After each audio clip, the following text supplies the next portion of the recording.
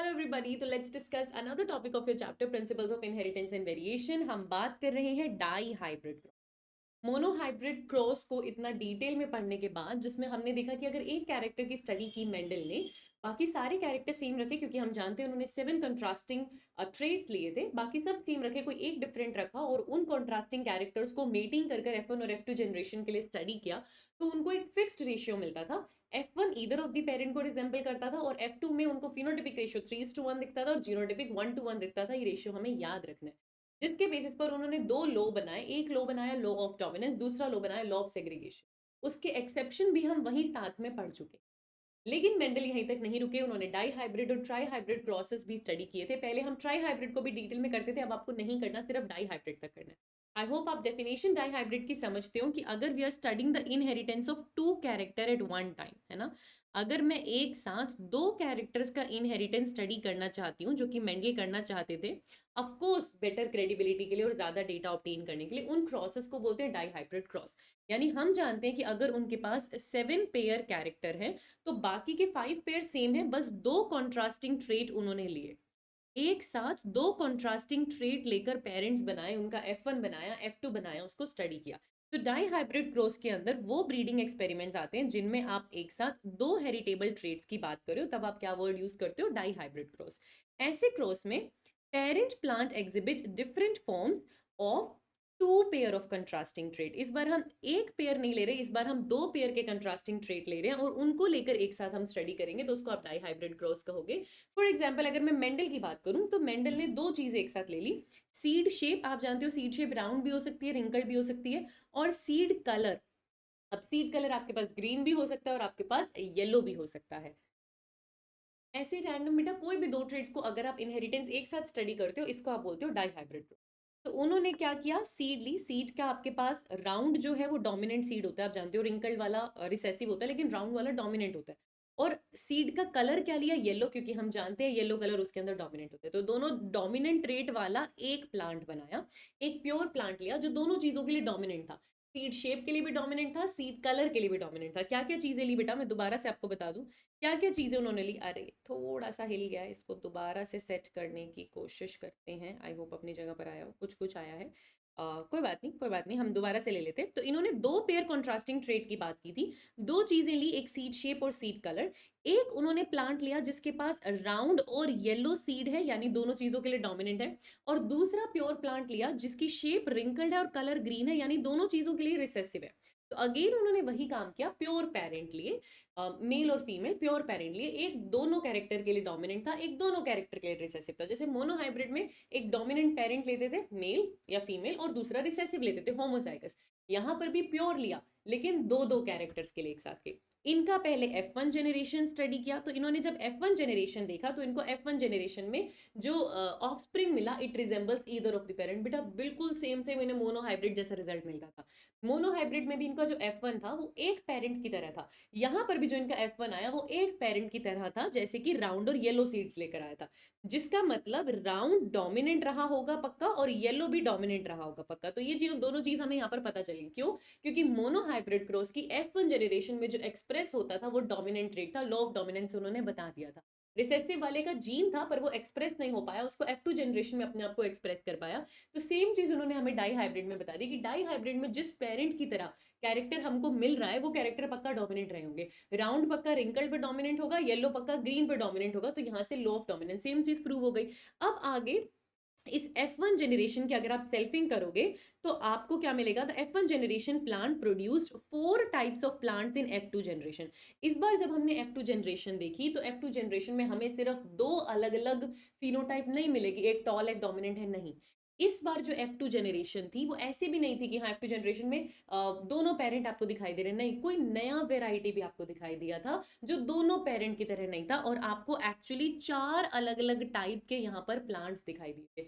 तो थोड़ा सा डिफरेंट था F2 जनरेशन, पर जब उसको पूरी तरीके से स्टडी किया डाई हाइब्रिड क्रॉस को, तो मैं पहले ही आपको एक रिजल्ट बता दूं कि dihybrid cross is actually just like monohybrid cross. यानी बस आप दो कैरेक्टर ले रहे हो पर हर एक कैरेक्टर अपने अपने मोनो हाइब्रिड पैटर्न में ही आगे जाता है। कैसे? अभी आपको समझ में आ जाएगा। जैसे दो कैरेक्टर इन्होंने एक साथ लिए, इन्होंने सीड शेप और सीड कलर एक साथ लिया। पहले वाला लिया राउंड और येलो, जो दोनों चीजों के लिए डोमिनेंट था, एकदम प्योर पेरेंट लिया। अब प्योर पेरेंट है तो मुझे बताओ राउंड का जीनोटाइप क्या होगा, capital R capital R. Yellow के लिए उसके पास क्या जीनोटाइप प्रेजेंट होगा, कैपिटल वाई कैपिटल वाई। अगर मैं बोलूं ये राउंड और येलो सीड वाले प्लांट का जीनोटाइप क्या होगा, तो आप प्योर जीनोटाइप क्या बोलोगे कि सब चीजों के लिए होमोजाइगस है, आर आर वाई वाई सब कैपिटल। वही मैं बोलूं दूसरा सीड बेटा रिंकल्ड भी था और ग्रीन भी था। अब रिंकल्ड था तो उसका जीनोटाइप स्मॉल आर होगा, और अगर वो ग्रीन था तो उसका जीनोटाइप स्मॉल वाई होगा। तो हमें जीनोटाइप भी साथ साथ देखते चलना है, क्योंकि हम मोनोहाइब्रिड पढ़ चुके हैं। तो हमें पता है अगर मैं मोनोहाइब्रिड में सिर्फ ग्रीन की बात करती, अगर मैंने प्योर लिया था तो वो स्मॉल वाई होता। तो जीनोटाइप हमें अब ऑलरेडी पता लगने लग गया था। हमें पता है अगर हमें इनकी F1 जनरेशन बनानी है तो पहले हमें इनके गैमेट्स बनाने होंगे। गैमेट्स की हम मेटिंग करेंगे तो हमको F1 जनरेशन दिखाई देगी। अब आप गैमेट कैसे बनाते हो वो तो हेट्रोजाइगस कंडीशन पे डिपेंड करता है। क्या यहाँ कोई हेट्रोजाइगस कंडीशन है, नहीं। तो इनके सारे गैमेट्स में एक कैपिटल आर और एक कैपिटल वाई जाएगा, एक ही तरीके का गैमेट। क्या यहाँ पर आपको कोई हेट्रोजाइगस कंडीशन दिख रही है, कोई अलग अलग अलील दिख रहा है, नहीं। तो यहाँ पर भी सारे गैमेट्स में स्मॉल आर स्मॉल वाई होगा, कोई अलग वेराइटी होगी नहीं। अब जब गैमेट ही एक एक तरीके हैं तो F1 जनरेशन बनाना आसान है, हम इनको क्रॉस करेंगे। क्रॉस करेंगे तो जितने भी ऑफस्प्रिंग मुझे F1 जनरेशन में दिखाई देंगे सबका जीनोटाइप एक ही होगा, कैपिटल आर कैपिटल वाई, और इधर से आएगा स्मॉल आर स्मॉल वाई। अब मुझे बताओ कैपिटल आर और स्मॉल आर अगर एक साथ हो तो कैपिटल आर अपने आप को एक्सप्रेस करेगा, यानी सीड्स कैसे होंगे, राउंड। फिर यहाँ पर बताओ अगर कैपिटल वाई स्मॉल वाई एक साथ होगा तो अपने आप को कौन एक्सप्रेस करेगा, कैपिटल वाई डोमिनेंट वाला अपने आप को एक्सप्रेस करेगा, और डोमिनेंट की वजह से सीड्स कैसे होंगे, येलो कलर के। तो राउंड और येलो सीड्स ऑब्टेन हुए F1 जनरेशन में। हमें जीनोटाइप था capital R capital Y small Y, यानी कि हेट्रोजाइगस। बिल्कुल सेम सेम मोनोहाइब्रिड जैसी चीजें हो रही हैं, जरा एक बार अपने दिमाग में याद करो तो। F1 जनरेशन कोई एक पेरेंट जैसी होती है, देखो कोई एक पेरेंट जैसी है राउंड और येलो, लेकिन जीनोटाइप उस पेरेंट की तरह नहीं है। क्यों? क्योंकि पेरेंट तो होमोजाइगस था, और जो F1 जनरेशन आपको मिलती है वो हेट्रोजाइगस होता है, उसके अंदर रिसेसिव जीन भी कहीं ना कहीं छुपा हुआ होता है। तो दोनों रिसेसिव जीन इसके अंदर छुपे हुए हैं। मोनोहाइब्रिड में याद करो कैपिटल टी स्मॉल टी था, यहाँ पर देखो कैपिटल आर स्मॉल आर है, कैपिटल वाई स्मॉल वाई, ये सेम चीज रिपीट हो रही है बेटा, बस दो कैरेक्टर के लिए, क्योंकि ये डाई हाइब्रिड क्रॉस। यही तो मेंडल प्रूव करना चाहते थे कि हर कैरेक्टर मोनोहाइब्रिड पैटर्न में ही इनहेरिट होता है। चाहे आप दो कैरेक्टर ले लो, चाहे आप तीन कैरेक्टर ले लो, हर कैरेक्टर मोनोहाइब्रिड पैटर्न में ही इनहेरिट होता है। अब अगर मुझे बताओ मुझे F2 जनरेशन तक जाना है तो मुझे F1 की सेल्फिंग करनी होगी। सेल्फिंग करने के लिए आप पुनेट स्क्वायर बनाते हो, आप एक तरफ मेल गैमेट्स देखते हो, एक तरफ फीमेल गैमेट्स देखते हो। अब ये आपके पास जीनोटाइप है, इसके गैमेट्स बनाने का फॉर्मूला क्या होता है कि कितने गैमेट्स बनेंगे, उसका फॉर्मूला क्या होता है 2 टू द पावर n। ये बात आप जानते हो। फॉर्मूला क्या होता है 2 टू द पावर n, जिसमें n क्या होता है कितने हेट्रोजाइगस कंडीशन है। यहाँ पर मुझे बताओ अगर मैं 2 टू द पावर n लिखूं, कितनी हेट्रोजाइगस कंडीशन है, एन की वैल्यू क्या है, एन की वैल्यू 2 है। क्यों है? एक हेट्रोजाइगस हो गया कैपिटल आर स्मॉल आर, दूसरा हेट्रोजाइगस हो गया कैपिटल वाई स्मॉल वाई। दो हेट्रोजाइगस मेरे पास हैं, तो 2 की पावर 2 का मतलब 2 into two which is equal to 4। इसका मतलब ये जो जीनोटाइप है capital R small R capital Y small Y, इससे चार तरीके के गैमेट बनेंगे। तो यहाँ पर भी चार होंगे और यहाँ पर भी चार होंगे। तो पुनेट स्क्वायर में आपके पास बॉक्सेस कितने बनेंगे, 16। आपके पास मोनोहाइब्रिड क्रॉस में सिर्फ चार बॉक्सेस बने थे, क्योंकि दो गैमेट इधर और दो गैमेट इधर, इतने में आपका पुनेट स्क्वायर सिमट गया था। लेकिन डाई हाइब्रिड क्रॉस में इस जीनोटाइप के चार गैमेट बनेंगे। चार गैमेट मेल के भी बनेंगे तो चार गैमेट फीमेल के भी बनेंगे, और अगर आप दोनों तरफ बॉक्स में चार और चार लगाओगे तो टोटल नए तरीके के प्लांट्स जो आपको दिखाई देंगे वो 16 पेयर में होंगे। वहीं अगर ये ट्राई हाइब्रिड क्रॉस होता तो 8 इंटू 8 64, वो बढ़ता जाएगा बढ़ता जाएगा। आपको डाई हाइब्रिड तक ही करना है। तो 16 डिफरेंट बॉक्सेस यहाँ पर बनने वाले थे, हम ड्रॉ कर सकते थे इसलिए हमने ड्रॉ किया है। सबसे पहली चीज कि मुझे पता कैसे चलेगा कि इसके गैमेट कौन कौन से टाइप के बनेंगे। बेटा अगर ये सिर्फ कैपिटल टी स्मॉल टी होता, मोनोहाइब्रिड होता, तो एक के अंदर कैपिटल टी चला जाता दूसरे के अंदर स्मॉल टी चला जाता, कोई टेंशन ही नहीं थी। पर यहाँ पर कॉम्बिनेशन होने के चांस, यहाँ पर कॉम्बिनेशन होने के चांसेस है। क्यों? क्योंकि मान लो, अब इसको समझना कुछ इस तरीके से, मान लो ये आपका एक क्रोमोसोम है 1, ये आपका क्रोमोसोम है 1 डैश, ये आपका क्रोमोसोम है 2, जस्ट इमेजिन करना है, ये आपका क्रोमोसोम है 2 डैश, ठीक है। अब मेरी बात सुनो, मान लेते हैं सीड शेप का जो जीन है कि राउंड होगा या रिंकल्ड होगा, उसका वाला जीन यहाँ पर है, ये कैपिटल आर हो गया, ये स्मॉल आर हो गया, मान लेते हैं। और और जो सीड कलर वाला है येलो या ग्रीन, वो अलग क्रोमोसोम पे है, कि वो येलो होगा या फिर वो ग्रीन होगा, वो अलग क्रोमोसोम पे बैठा है, ठीक है, कोई लेन देन ही नहीं है, दोनों एकदम अलग क्रोमोसोम पे बैठे। जब ये parent capital R small R capital Y small Y वाला अपने गैमेट बना रहा होगा, हो सकता है ना गैमेट बनते टाइम जब होमोलोगस क्रोमोसोम सेपरेट हो रहे होंगे मियोसिस में, तो इस वाले क्रोमोसोम के साथ ये वाला क्रोमोसोम चला जाए। क्या ये पॉसिबल है? बिल्कुल है। हो सकता है गैमेट बनाते टाइम इसके साथ ये चला जाए, दोनों चीजें पॉसिबल है बेटा। तो हो सकता है आपके गैमेट में कैपिटल आर के साथ कैपिटल वाई चला जाए, बिल्कुल हो सकता है। हो सकता है आपके गैमेट में कैपिटल आर के साथ स्मॉल वाई चला जाए, ये भी हो सकता है। वहीं दूसरी तरफ हो सकता है स्मॉल आर कैपिटल वाई के साथ चला जाए। आपको नहीं पता होमोलोगस क्रोमोसोम जब सेपरेट हो रहे होंगे कोई किसी गैमेट में चला जाएगा, कोई किसी रैंडम है ना ये चीज तो। और आपका स्मॉल आर स्मॉल वाई के साथ भी जा सकता है।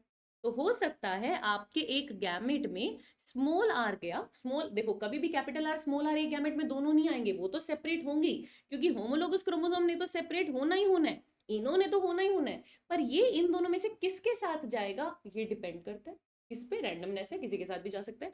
तो यहाँ पर जब आपका स्मॉल आर वाला गैमेट बनेगा वो तो पक्का कैपिटल आर से अलग ही बनेगा, लेकिन वो स्मॉल आर वाला अपने साथ कैपिटल वाई भी लेकर आया हो सकता है और अपने साथ स्मॉल वाई भी लेकर आया।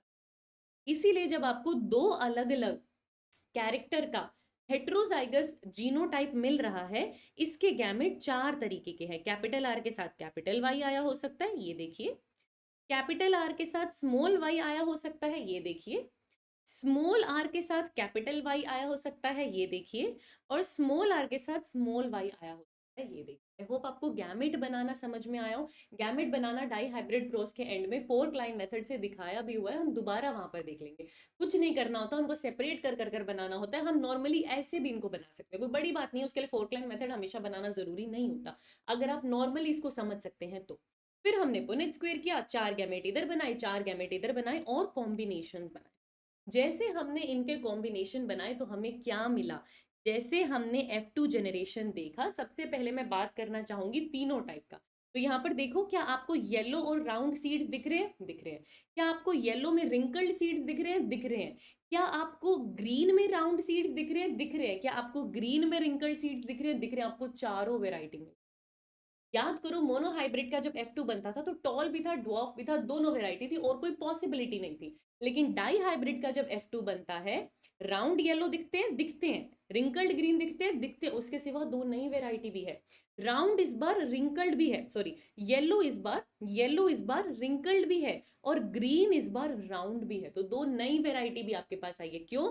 क्योंकि आपके पास चार अलग अलग तरीके के गैमी। अब एक बार जरा इसका रिजल्ट देखो। जब इसका हमने कंक्लूजन देखा, हमने कैलकुलेट किया, टोटल 16 हमारे पास थी, 16 प्रोजेनीज थी। इसमें बेटा 9 ऐसी थी जो राउंड के साथ येलो थी, पेरेंट जैसी। 3 ऐसी थी जो रिंकल्ड, सॉरी, 1 ऐसी थी, 1 ऐसी थी जो रिंकल्ड के साथ ग्रीन थी। ये दोनों पेरेंट है, अगर आप याद करो, ये भी आपका पेरेंट है, ये भी आपका पेरेंट है, राउंड येलो रिंकल्ड ग्रीन। तो आपको राउंड येलो और रिंकल्ड ग्रीन पेरेंट वाली वेराइटी, ये पेरेंट वाली वेराइटी है, ये पेरेंट वाली वेराइटी आपको मिल रही है। उसके सिवा आपको दो और वेराइटीज देखने को मिल रही है। राउंड इस बार ग्रीन भी है।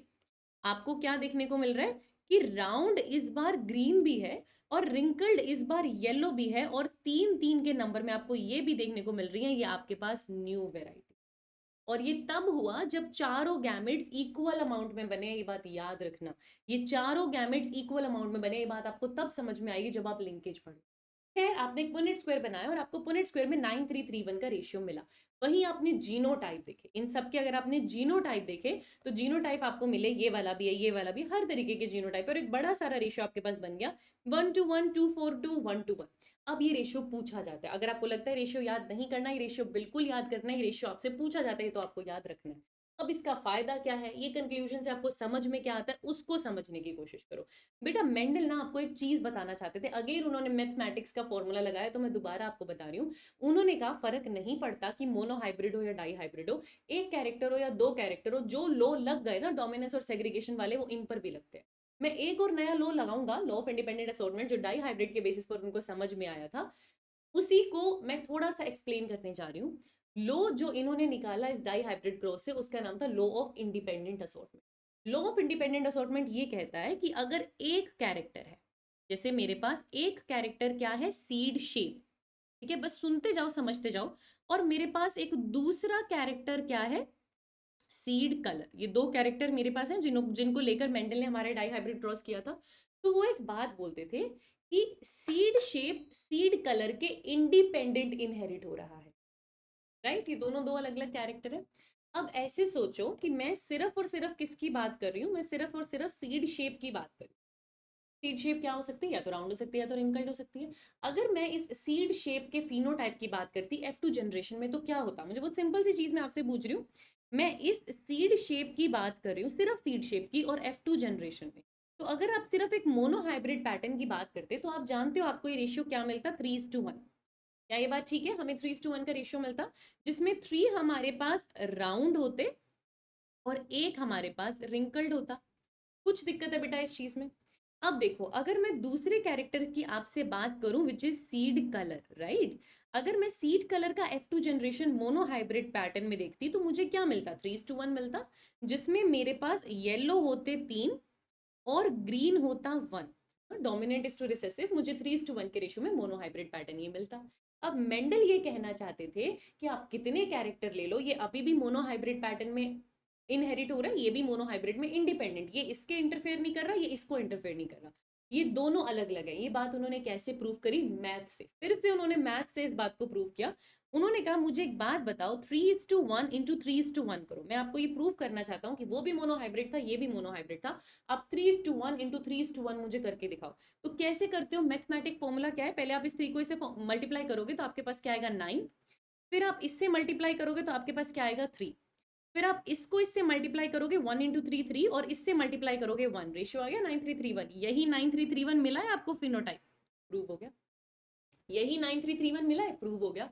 और एक बात मुझे बताओ, ये वाला 3 जब मैंने इस 3 से मल्टीप्लाई किया, तो ये वाला 3 मेरे पास क्या था, राउंड था, राउंड था।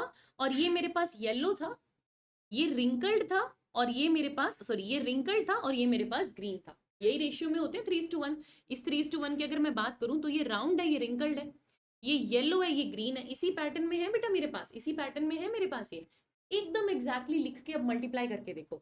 जब मैंने इस 3 को इस 3 से मल्टीप्लाई कर कर यहाँ पर 9 लिखा है, इसका मतलब मैंने राउंड और येलो की बात की है।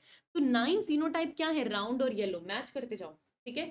फिर जब मैंने इस 3 को इस 1 से मल्टीप्लाई किया है, तो राउंड को रिंकल्ड से, सॉरी, राउंड को ग्रीन से मल्टीप्लाई किया, तो जो 3 मेरे पास है वो राउंड और ग्रीन है। फिर जब मैंने इस 3 से मल्टीप्लाई किया है, तो ये मेरे पास रिंकल्ड और येलो है, देखो 3 में रिंकल्ड और येलो है। और जब इस 1 को इस 1 से मल्टीप्लाई किया है, तो मैंने रिंकल्ड को ग्रीन से मल्टीप्लाई किया है, तो देखो मेरे पास 1 में रिंकल्ड और ग्रीन है। तो इन्होंने कहा कि डाई हाइब्रिड करो या ट्राई हाइब्रिड करो, मेरा मोनो हाइब्रिड हमेशा चलता है। जो बात मैंने आपको मोनो हाइब्रिड में बता दी वो हमेशा है। और एक और बात मैं बता दूं, चाहे एक कैरेक्टर है, चाहे दूसरा कैरेक्टर है, चाहे तीसरा कैरेक्टर है, एक कैरेक्टर दूसरे कैरेक्टर के इनहेरिटेंस को अफेक्ट नहीं डालता। ये जो दो नए तरीके के गैमेट बने, या जो 4 गैमेट बने हैं, याद रखना ये एकदम इक्वल प्रपोर्शन में बनते हैं, तो जाकर आपको 9331 मिलता है, वरना कभी ना मिलता। अब एक बार इसका जीनोटाइप भी देख लो। मुझे बताओ, अगर ये मोनो हाइब्रिड होता, अगर ये मोनो हाइब्रिड होता, तो सीड शेप आपको क्या मिलता, जीनोटाइप 1:1 मिलता। 1:1 आपको मिलता, जिसमें 1 क्या है, 2 क्या है, 1 क्या है, मुझे बस इतना बता दो। इनके आप कैलकुलेट खुद से कर लेना बेटा। ये 1 मैं कह रही हूं कि मेरे पास क्या होता, कैपिटल आर कैपिटल आर। ये 2 मेरे पास होता कैपिटल आर स्मॉल आर। और ये 1 होता मेरे पास स्मॉल आर स्मॉल आर। इसी तरीके से आपको ऑब्टेन होता सीड कलर भी। सीड कलर भी आपको कैसा ऑब्टेन होता, 1:2:1। ये भी आपको 1:2:1 ही मिलता। ये capital Y capital Y, capital Y small Y, small Y small Y. एक बार जरा जीनोटाइप देखो, ये जीनोटाइप आपको कैसे मिला है, 1:2:1 को मल्टीप्लाई करो 1:2:1 से। पहले इस 1 को इस 1 से मल्टीप्लाई करो 1, फिर इस 1 को इस 2 से मल्टीप्लाई करो 2, फिर इस 1 को इस 1 से मल्टीप्लाई करो 1। ये देखो 1:2:1 एकदम मैच होता जाएगा, देखते जाना।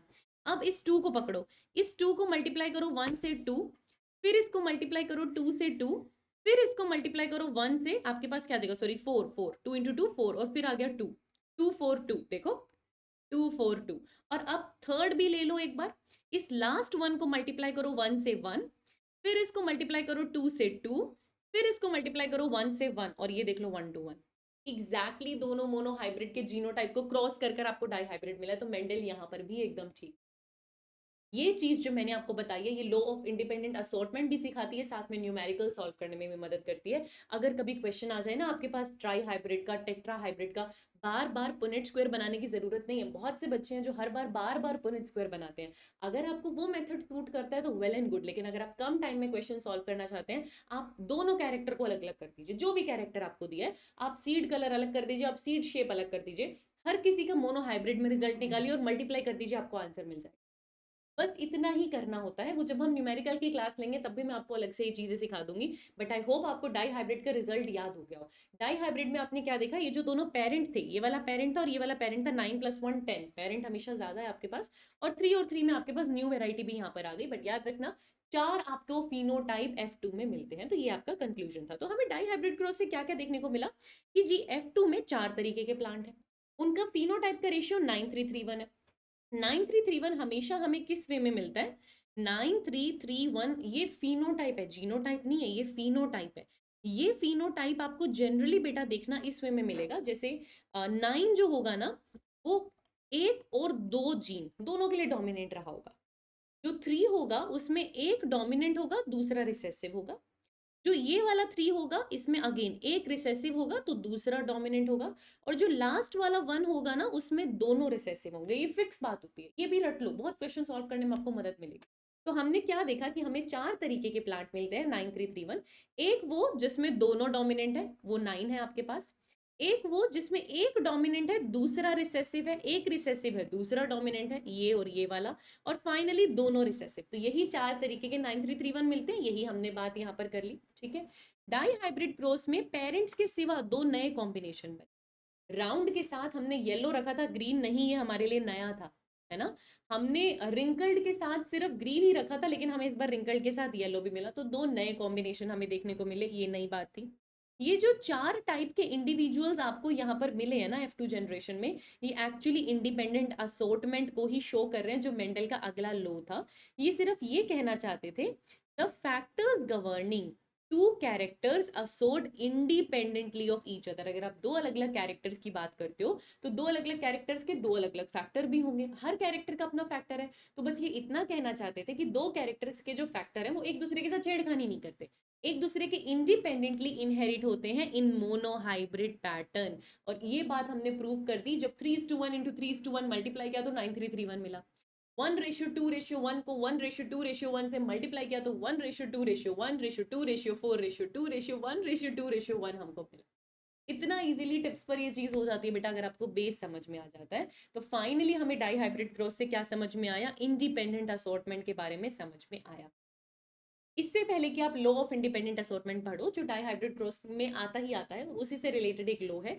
आपको गैमेट्स कैसे ड्रॉ करने होते हैं, गैमेट्स कैसे आपको मिलते हैं, उसका फोक लाइन मेथड बताया हुआ है। अगेन अगर आप नॉर्मली करते हो तो आपको फोक लाइन मेथड याद करने की जरूरत नहीं है। बट है क्या ये फोक लाइन मेथड, इसको हम यहाँ पर देख लेते हैं।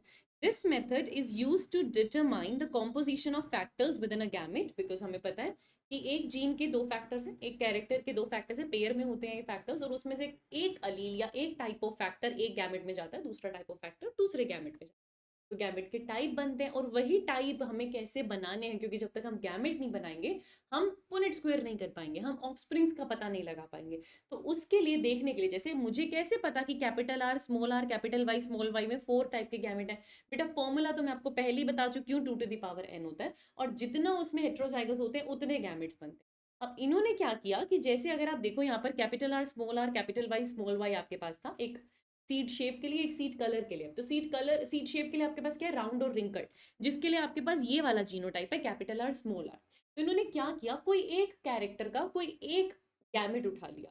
तो एक गैमेट में कैपिटल आर जाएगा, दूसरे गैमेट में स्मॉल आर जाएगा, ये तो हम मोनोहाइब्रिड क्रॉस से पहचानते हैं।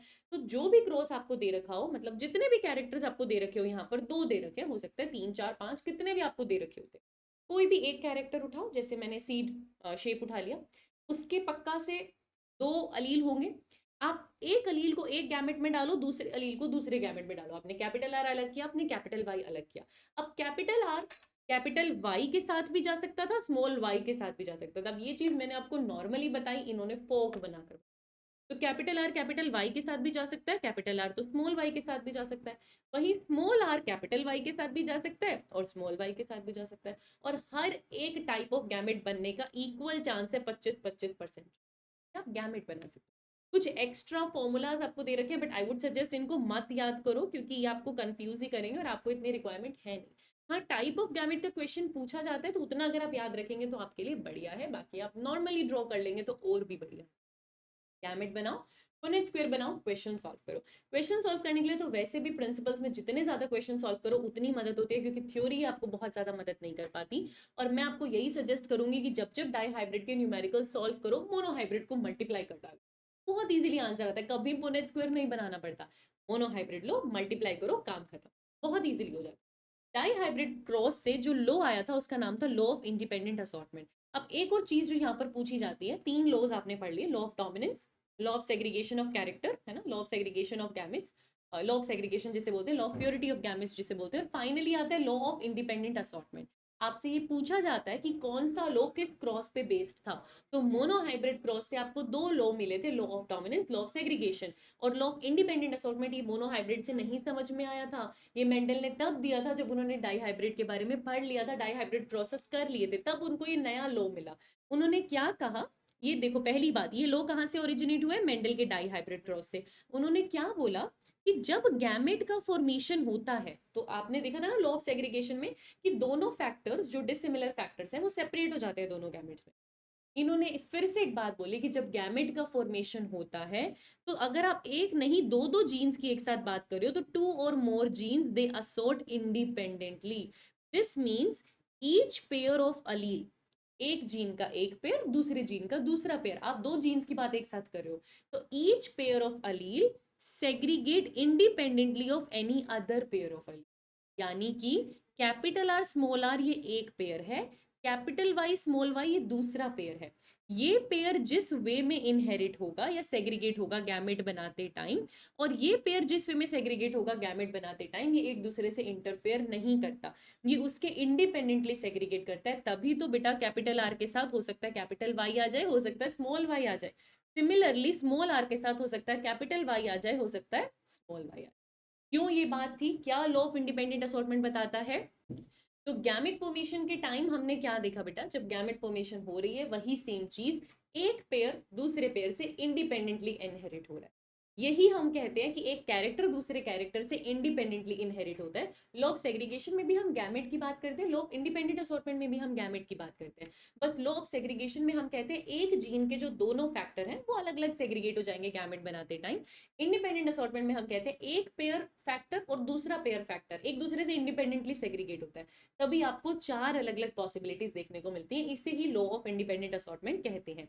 This law does not apply for closely located genes, ये बात हमें बाद में पता चली थी जब लिंकेज की डिस्कवरी हुई। स्टार्टिंग में ये बात नहीं थी, लेकिन बाद में हमने देखा कि अगर कोई दो जीन्स हैं, मान लेते हैं अगर कैपिटल आर स्मॉल आर यहाँ पर है और कैपिटल वाई स्मॉल वाई इनके बहुत पास होता, तो शायद हमें जो मेंडल को रिजल्ट मिले वो ना मिलते और सच में नहीं मिले थे, इसी लिंकेज कहते हैं। अगर ये दो पेयर ऑफ जीन्स बहुत ज्यादा सटे सटे हैं, बहुत ज्यादा पास है, बहुत ज्यादा चिपके हुए हैं, जिन्हें हम कहते हैं क्लोजली लोकेटेड हैं एक ही क्रोमोसोम पे, तब ये लॉ अप्लाई नहीं करता, ये इसका एक्सेप्शन है। जैसे लॉ ऑफ डोमिनेंस का एक्सेप्शन था ना इनकम्प्लीट और को डोमिनेंस, वैसे ही इस लॉ का भी एक्सेप्शन है लिंकेज। तो एक तरीके से जो यूनिवर्सल लॉ है ना वो लॉ ऑफ सेग्रीगेशन है, उसमें हमें कमी नहीं मिलती, उसमें हमें कमी नहीं मिलती, वरना हमें कहीं ना कहीं कमी देखने को मिल जाती है। ठीक है, अच्छा, it applies only to genes और allele pairs that are located on different chromosome. तो अगर मैं लॉ ऑफ इंडिपेंडेंट असॉर्टमेंट की बात करूं, तो लॉ ऑफ इंडिपेंडेंट असॉर्टमेंट में हमने जनरली क्या लिए, वो क्रोमोसोम्स या वो कैरेक्टर्स लिए। देखो मेंडल अगेन कितना लकी था, उसने 7 कैरेक्टर्स लिए, सेम 4 क्रोमोसोम पे भी थे, पर जिन जिनकी पेयरिंग कर कर उसने डाई हाइब्रिड किया वो हर बार अलग अलग क्रोमोसोम पे होते थे, या हर बार उनमें इतनी रिकॉम्बिनेशन होती थी कि कभी उसको लिंकेज देखने को नहीं, कभी उसको कोई एक्सेप्शन देखने को नहीं मिला, क्योंकि वो दोनों जीन्स बहुत फार थे, अलग, या तो सेम क्रोमोसोम पे थे तो बहुत दूर दूर थे, या दो अलग अलग क्रोमोसोम पे, तो कभी उनको जो है सेम रिजल्ट नहीं मिला, मतलब कंफ्यूजन नहीं मिला, एक्सेप्शन नहीं मिला, और उन्होंने ये लो दे दिया। लेकिन लो का ना बेटा एक्सेप्शन नहीं होता, और मेंडल के लॉज के एक्सेप्शन निकले थे। एक यूनिवर्सल था लॉ ऑफ सेग्रीगेशन, क्या किया जी, राउंड येलो है, रिंकल्ड ग्रीन है, राउंड येलो यहाँ पर बन गया, लेकिन यहाँ पर 16 वेराइटीज आपके पास आई हैं, इसीलिए उन्होंने लॉ ऑफ सेग्रीगेशन दिया था। इसका कंक्लूजन क्या था? The observed outcomes validate the theory of independent assortment, है ना, हमें डाई हाइब्रिड से इंडिपेंडेंट असॉर्टमेंट को हम प्रूव कर सकते हैं कैसे? That is the only explanation that accounts for appearance of two new phenotypes. ये जो दो नए phenotype आए हैं जिसमें राउंड के साथ ग्रीन भी आया है और जो येलो है वो रिंकल्ड के साथ भी आया है, ये होना तभी पॉसिबल था अगर हम ये माने कि हाँ ये एक दूसरे से इंडिपेंडेंटली इनहेरिट हो रहे हैं, तभी दो नई वेराइटी, दो नए फिनोटाइप आए हैं, वरना आप कैसे एक्सप्लेन करते दो दो नए फिनोटाइप? तो मेंडल ने इसे इंडिपेंडेंट असॉर्टमेंट से एक्सप्लेन किया।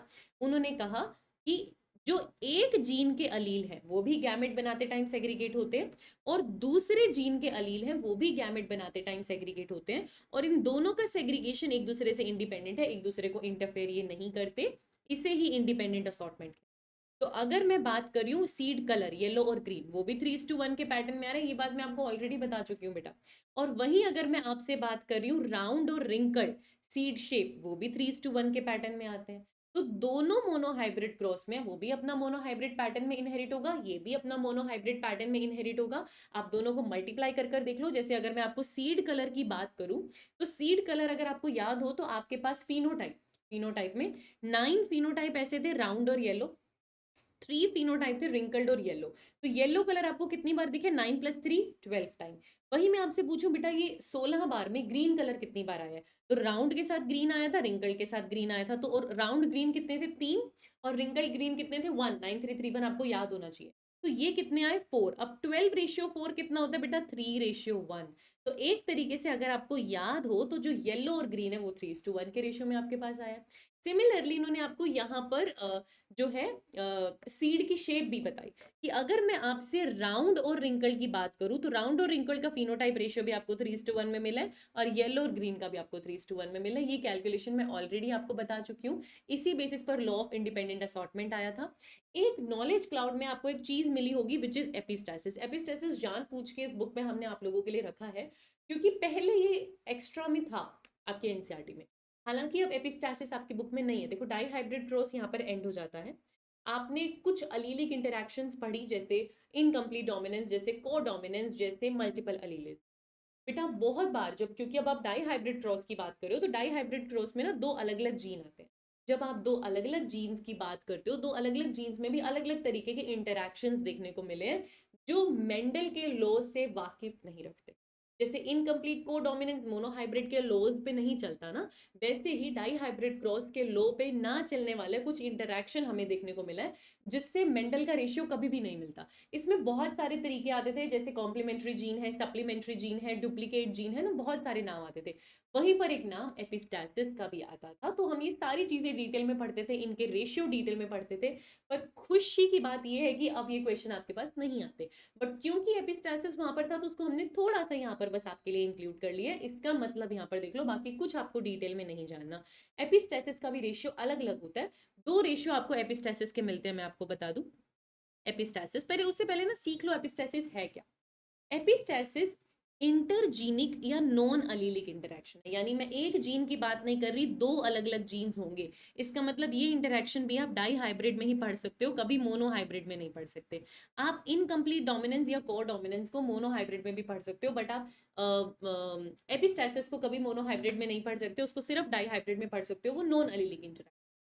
When alleles of two or more independent genes come together, they can create a phenotypic expression that deviate from normal expression.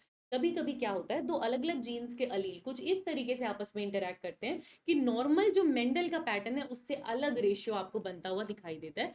उसी का एक तरीका आपके पास है एपिस्टैसिस। एपिस्टैसिस में क्या हुआ बेटा, दो अलग अलग जीन थे, जैसे हमने यहाँ पर आपको एग्जाम्पल दे रखा है इस डॉग का स्किन कलर। अब आपको इस डॉग में कितने तरीके के स्किन कलर दिखाई दे रहे हैं? आपको ब्लैक कलर का डॉग दिख रहा है, ठीक है। ये जो कलर है इसको अगाउशी बोलते हैं, है ना, जनरली, ठीक है। तो अगाउशी दिख रहा है, और ये बिल्कुल वाइट सा पेल सा जो दिख रहा है इसको आप अल्बिनो बोल सकते हो, ठीक है। तो अलग अलग तरीकों, अलग अलग एग्जाम्पल होते हैं, मैं आपको ये समझाने के लिए यहाँ पर। अब क्योंकि दो अलग अलग जीन की बात करें, तो दो अलग अलग कैरेक्टर की बात करें, तो दो अलग अलग जीन भी आपके पास होंगे। तो यहाँ पर एक जीन था जो कि कैपिटल बी स्मॉल बी वाला था, और दूसरा जीन था जो कि कैपिटल ई स्मॉल ई वाला था। ठीक है।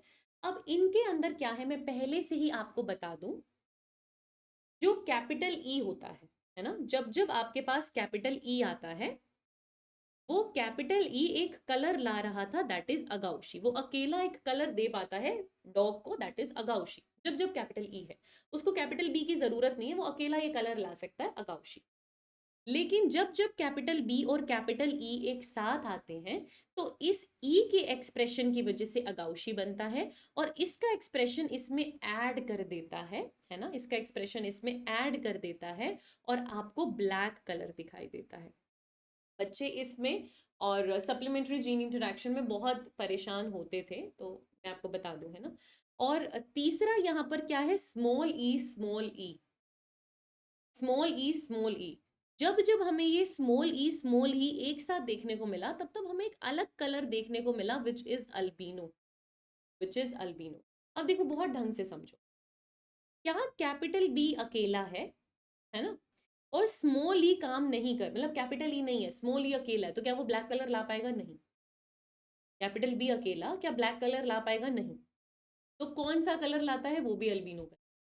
अब इसको समझने के ना बहुत सारे तरीके हैं। देखो, एपिस्टैसिस मतलब एक अलील दूसरे अलील को ढक रहा है, उसको कवर कर रहा है, उसको एक्सप्रेस नहीं होने दे रहा, उसको बोलते हैं एपिस्टैसिस। एपिस्टैसिस फिनोमेना, इस फिनोमेना का ही मतलब ये होता है कि एक जीन जो है दूसरे जीन के एक्सप्रेशन को हाइड कर रहा है, इनहिबिट कर रहा है, उसको काम नहीं करने दे रहा, और वो दूसरा जीन उसका अलील नहीं होना चाहिए, कोई अलग जीन होना चाहिए। इसको आप बोलते हो एपिस्टैटिक, एपिस्टैसिस।